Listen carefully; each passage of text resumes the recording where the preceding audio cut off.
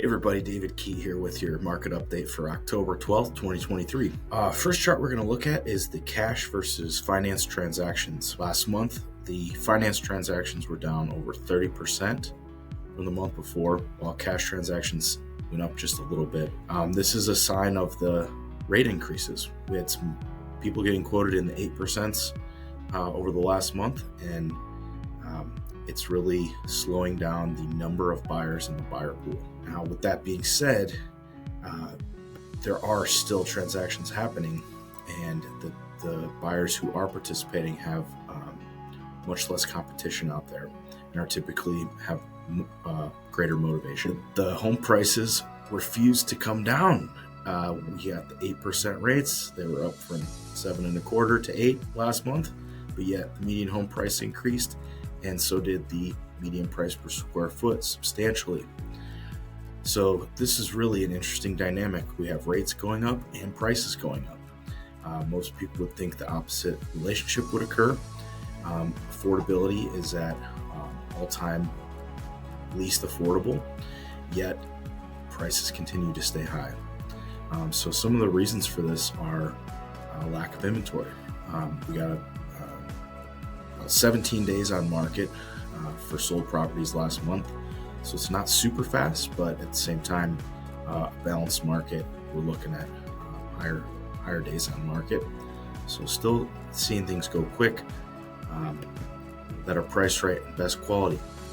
Here's the supply, stays steady.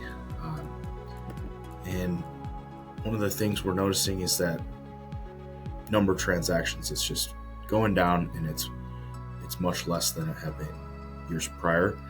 September 21, we saw 230 transactions. This September, we saw 130. So buyers and sellers are just, a lot of them are in the wings, sit tight, waiting for something to change. And that's why we're seeing less transactions. The MLS data is for the active listings. Right now, active listings are 60 days on market, median. Which means some of them are on for a lot longer than 60 days. This number has been going up every month.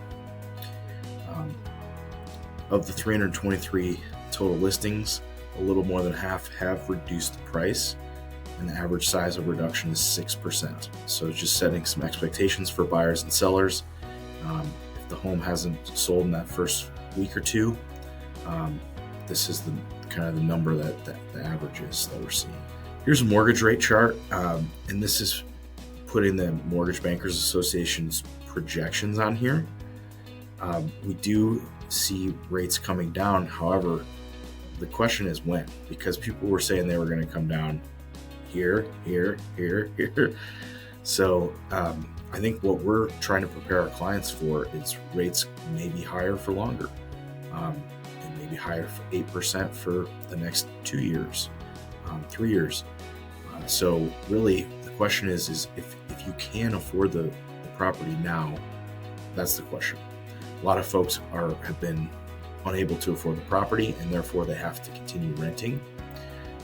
However, if a person can't afford the mortgage, the question is now a good time to make that move or not? And that's where the consultation is required, because it's different for every situation. Bottom line this month, while the market is surprisingly strong price-wise with 8% rates, it's not strong volume-wise, but prices are staying high. Nearly everyone is on the sidelines, and so a lot of people on the sidelines are waiting for something to occur that's not occurring. Common thing we hear is, I'm waiting for rates to come down.